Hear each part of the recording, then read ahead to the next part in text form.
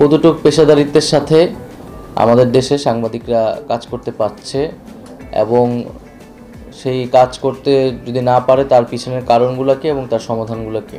রাষ্ট্রের পক্ষ থেকে অনেক ধরনের আইন কানুন বাধা নিষেধ নীতিমালা থাকে, সাংবাদিকতাকে এক ধরনের বেড়াজালে আবদ্ধ করে রাখার চেষ্টা থাকে।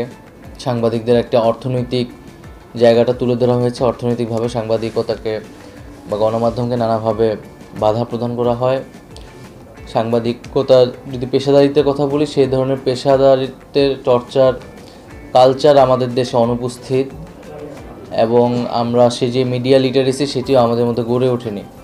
নানামুখী স্টেক হোল্ডার এবং অনেক পরস্পর বিরোধী পক্ষ রয়েছে যাদেরকে একই সাথে মিলে হয়তো আমরা যদি কাজ করতে চাই আমাদের হয়তো কাজ করতে হবে এবং ঐক্যমতে আসলে আসতে হবে। আমাদের এখানে সাংবাদিক সংগঠনগুলো রয়েছে, সেই সংগঠনগুলোও সাংবাদিকদের প্রকৃত স্বার্থ রক্ষার জন্য আসলে কাজ করা উচিত। এখানে রাষ্ট্রীয় যে প্রতিষ্ঠানগুলো রয়েছে সরকারি গণমাধ্যম সংশ্লিষ্ট, সেই প্রতিষ্ঠানগুলো নিয়েও কিছু কথা বলা হয়েছে, যে সমস্যাগুলো বলা হয়েছে এবং তার কিছু প্রস্তাবনাও এখানে দেওয়ার চেষ্টা করা হয়েছে। সেগুলো আমরা অবশ্যই বিবেচনা করব। সাংবাদিকতা যে পেশাদারিত্ব, সেই পেশাদারিত্বর জন্য আমাদের যে এখানে বহুমুখী স্টেক হোল্ডার, সেই বহুমুখী স্টেক হোল্ডারদেরকে নিয়ে আমাদের একটা ঐক্যমতে যেতে হবে আর কি।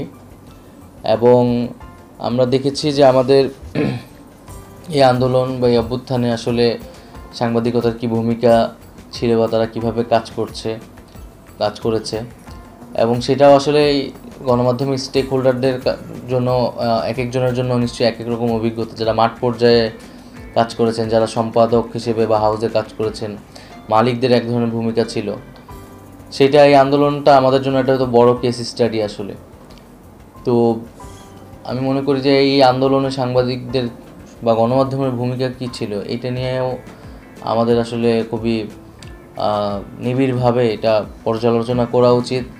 আলোচনা সমালোচনা নির্মোহভাবে নিরপেক্ষভাবে করা উচিত এবং সরকারের জায়গা থেকে আমরা তো সেই নীতিগত সংস্কারের কথা বলতেছি, কিন্তু একই সাথে সাংবাদিকদের ভিতর থেকেও সেই রেজিস্ট্যান্সটা আসলে প্রয়োজন। আমরা তো 90-এর গণঅভ্যুত্থানে সেই রেজিস্ট্যান্স দেখেছিলাম সাংবাদিকদের মধ্য থেকে, কিন্তু এই অভ্যুত্থানে কিন্তু সেই রেজিস্ট্যান্সটা প্রাতিষ্ঠানিকভাবে আসেনি সাংবাদিকদের পক্ষ থেকে। আমার ক্ষুদ্র জ্ঞানে আমি যতটুকু বুঝেছি ততটুকু বললাম, ভুল হলে আপনারা বিবেচনা করবেন। তো সেই জায়গা থেকে আমরা সামনের দিকে আসলে তাকাতে চাই যে আমাদের সামনের দিনগুলোতে আমাদের কিভাবে সাংবাদিকতাকে আমরা আরও পেশাদারিত্বের একটা জায়গায় নিতে পারি।